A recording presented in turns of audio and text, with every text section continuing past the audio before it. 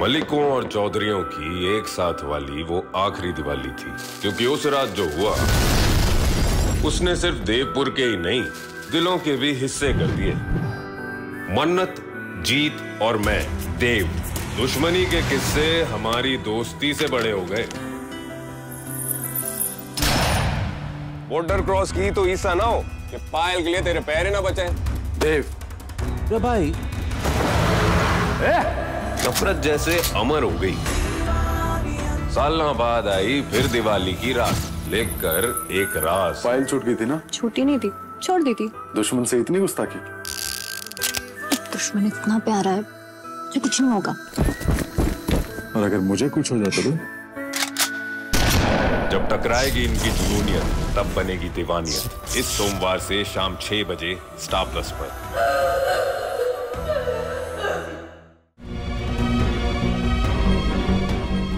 भाई आप ठीक हो? और आप कहाँ गए थे? घर पे तो नहीं थे, लेकिन मैंने किसी को कुछ नहीं बोला। मैं कहाँ गया था कहाँ नहीं, इट्स नॉट इम्पोर्टेंट। आज हॉस्पिटल वाले केस की सुनवाई, उस पर फोकस कर। हाँ भाई, पर हॉस्पिटल की फिक्र तुम मत करो अभिमन्यु, वो हम हैंडल कर लेंगे। तुम खुद पे ध्यान दो, अपना ख्याल रखो। इतनी ब्लैक कॉफी पी रहे हो, मतलब ठीक नहीं हो ना। क्या हुआ, कहाँ गए थे, नहीं बताना मत बताओ। लेकिन तुम घर पर नहीं थे ये हम जानते हैं। कुछ तो इम्पोर्टेंट बात होगी ना। इम्पोर्टेंट है ताई जी, आज का दिन हॉस्पिटल के फ्यूचर के लिए इम्पोर्टेंट है। और जो चीज हॉस्पिटल के फ्यूचर के लिए इम्पोर्टेंट है उससे ज्यादा इम्पोर्टेंट मेरे लिए और कुछ नहीं। तुम परेशान हो अभिमन्यु? हूँ परेशान, हूँ हिला हुआ, जो दिख रहा हूँ वो भी हूँ, जो नहीं दिख रहा हूँ वो भी हूँ। लेकिन मेरी पर्सनल प्रॉब्लम्स मेरे हॉस्पिटल से ज्यादा पर्सनल नहीं है मेरे लिए। One thing at a time. आज हॉस्पिटल पे फोकस करते हैं।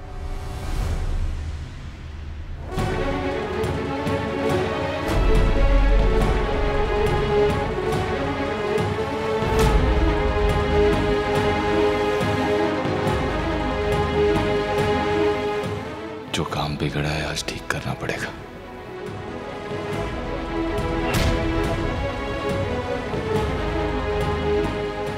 जो काम बिगड़ा है आज ठीक करना पड़ेगा।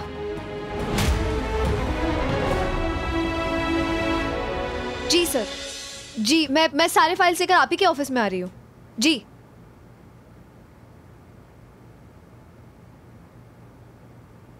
मिमी, बड़ी मम्मा, आप रो क्यों रही हैं?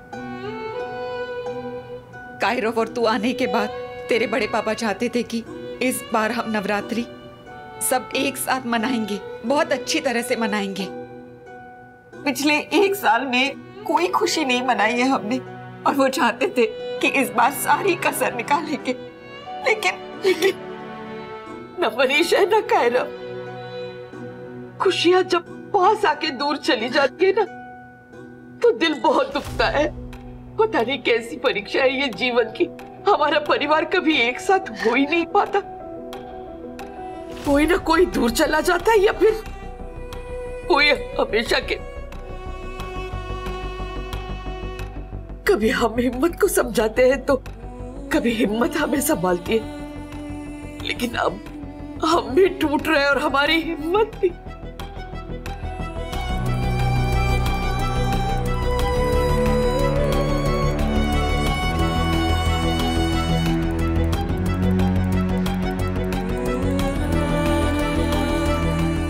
अक्षु, अक्षु, अक्षु।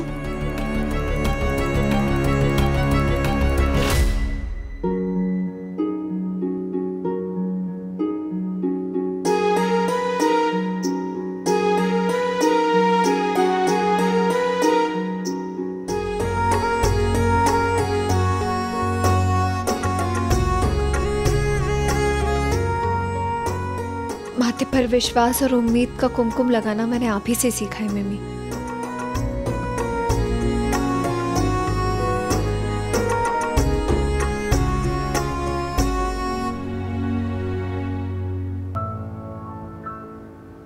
नवरात्रि की पूजा होगी, कलश की स्थापना होगी और माता रानी की कृपा से बड़े पापा और कायरव भैया के साथ ही मनाएंगे। हाँ। तुम लोग के बेल के लिए जान लगा देंगे। मिस कर रही हूँ तुम्हें, इसलिए मिलना चाहती हूँ। तुम्हें समझ नहीं आ रहा है? अपनी लाइफ है, कुछ ना कुछ तो लगे ही रहेगा ना। तो क्या हम मिलेंगे ही नहीं?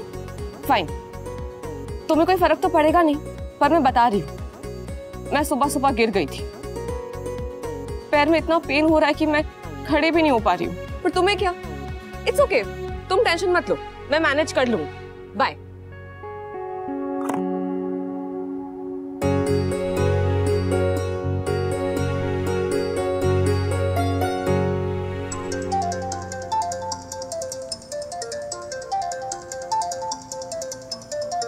पता ही था, ये ट्रिक हमेशा काम करती है। लड़कों के साथ ना थोड़ा ड्रामा करना ही पड़ता है। पर अब फुटेज खाने का टाइम मेरा है, मैं नहीं उठाने वाली।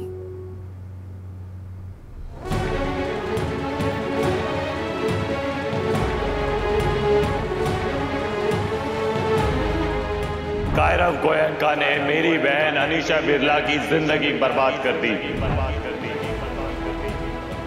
जब उसे सुकून नहीं मिला तो उसकी जान ले ली।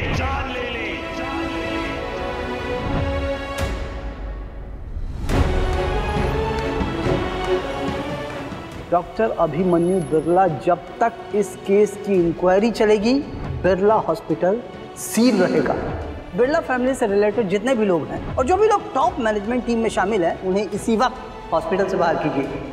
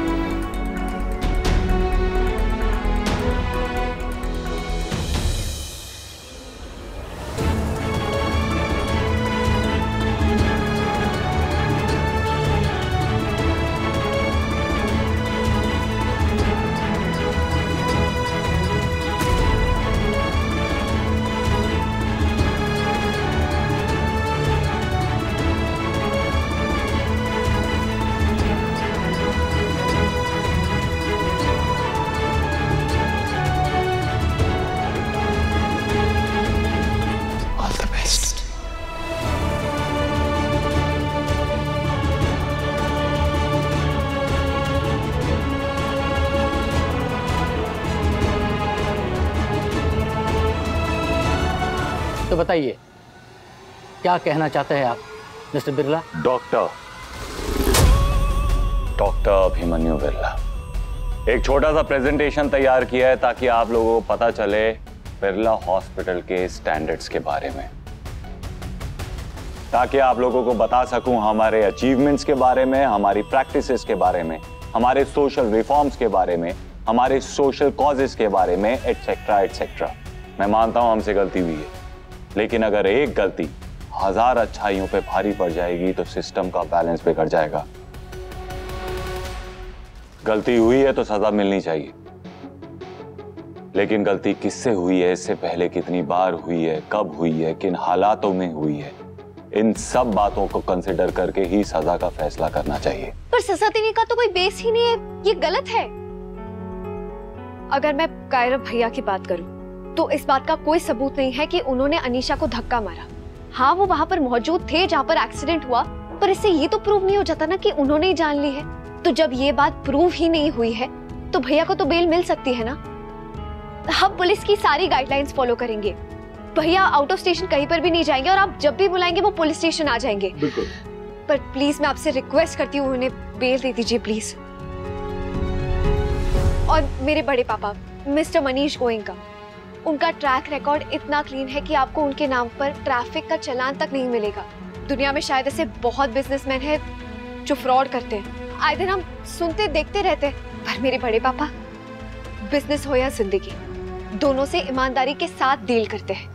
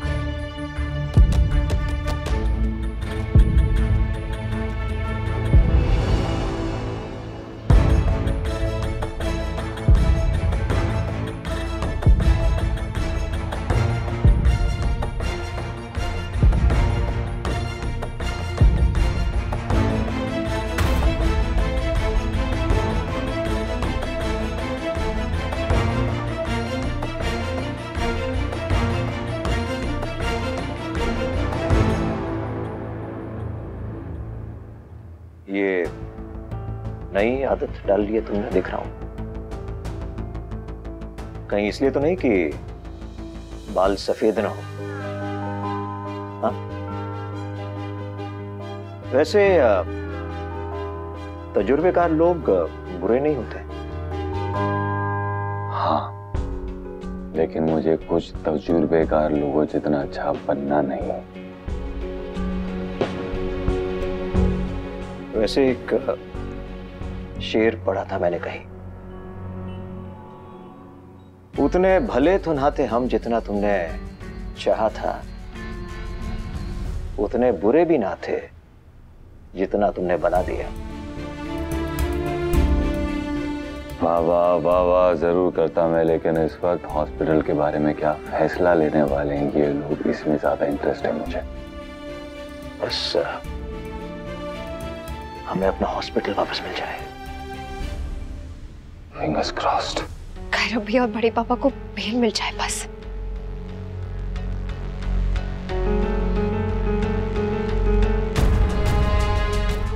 साहब आपको अंदर बुलाया है। आप लोगों को अंदर बुलाया।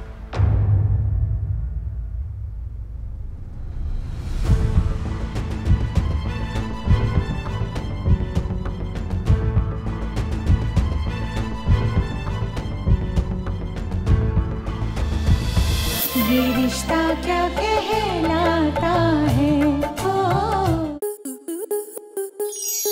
आपके मनोरंजन पर अब नहीं लगेगा कोई ब्रेक। स्टार प्लस के बेहतरीन शोज देखने के लिए लाइक, शेयर और सब्सक्राइब करें स्टार प्लस यूट्यूब पेज को।